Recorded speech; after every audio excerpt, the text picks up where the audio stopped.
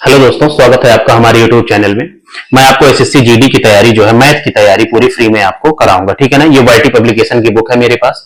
मैं इसका एक एक सवाल आपको बढ़िया एक्सप्लेन करूंगा, ठीक है ना, विद बेस्ट ट्रिक, ठीक है ना। एकदम बढ़िया एक्सप्लेनेशन आपको कराऊंगा, ठीक है ना। देखो, जैसे पहला इसका चैप्टर आपका नंबर सिस्टम है, संख्या पद्धति, ठीक है ना। तो उसका पहला सवाल है, सबसे बड़ी संख्या जो 286, 1001 और 2420 को विभाजित कर सकती है वो x है, तो x/2 का मान आपको बताना है, ठीक है ना। देखो, कुछ कीवर्ड्स होते हैं जो आपको हिंट करेंगे कि आपको क्या निकालना है, ठीक है ना। जैसे इस सवाल में लिखा हुआ बड़ी संख्या, लार्जेस्ट नंबर, ठीक है ना। तो जब भी कभी आपको लिखा मिले बड़ी से बड़ी संख्या या लार्जेस्ट नंबर, इसका मतलब वो आपसे एचसीएफ निकालने की हिंट दे रहा है, ठीक है ना, क्योंकि एचसीएफ ही आपका बड़ा से बड़ा नंबर होता है, ठीक है।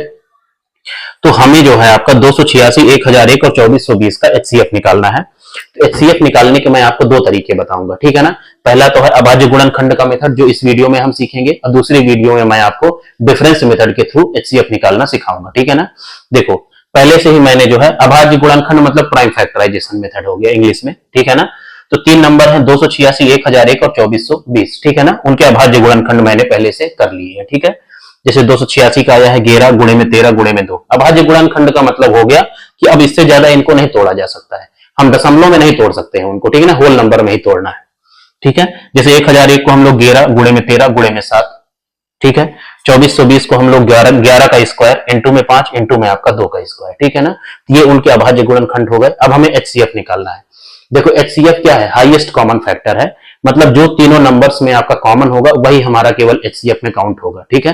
तो अब इसको हम चेक कर लेते हैं। जैसे देखो, अगर हम 11 को चेक करें तो 11 इसमें भी है, 11 इसमें भी है, 11 इसमें भी है, तो एचसीएफ में आपका 11 काउंट होगा, ठीक है ना, 11 काउंट होगा।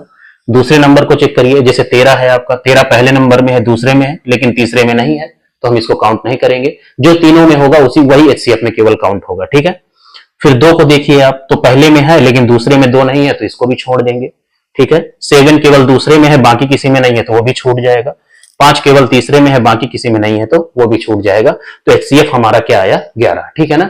अब एचसीएफ 11 आया, तो इस 11 का मतलब क्या है, ठीक है ना। मतलब हम एचसीएफ निकाल रहे हैं, तो एचसीएफ की डिफिनीशन क्या होती है, मतलब एचसीएफ जो है आपका सबसे बड़ा नंबर है, सबसे बड़ा लार्जेस्ट नंबर है जो इन तीनों नंबर्स को डिवाइड करेगा, ठीक है। इससे छोटे नंबर पॉसिबल हो सकते हैं, ठीक है ना, लेकिन इससे बड़ा नंबर आपका पॉसिबल नहीं हो सकता है जो इन तीनों नंबर को डिवाइड करेगा, क्योंकि इन तीनों नंबर का एचसीएफ आपका 11 आया, ठीक है ना। तभी सवाल में देखो, आपसे जब आपसे पूछा है कि बड़ी से बड़ी संख्या आपको बतानी है, तो हम लोग उसको एचसीएफ ही काउंट करते हैं, ठीक है ना।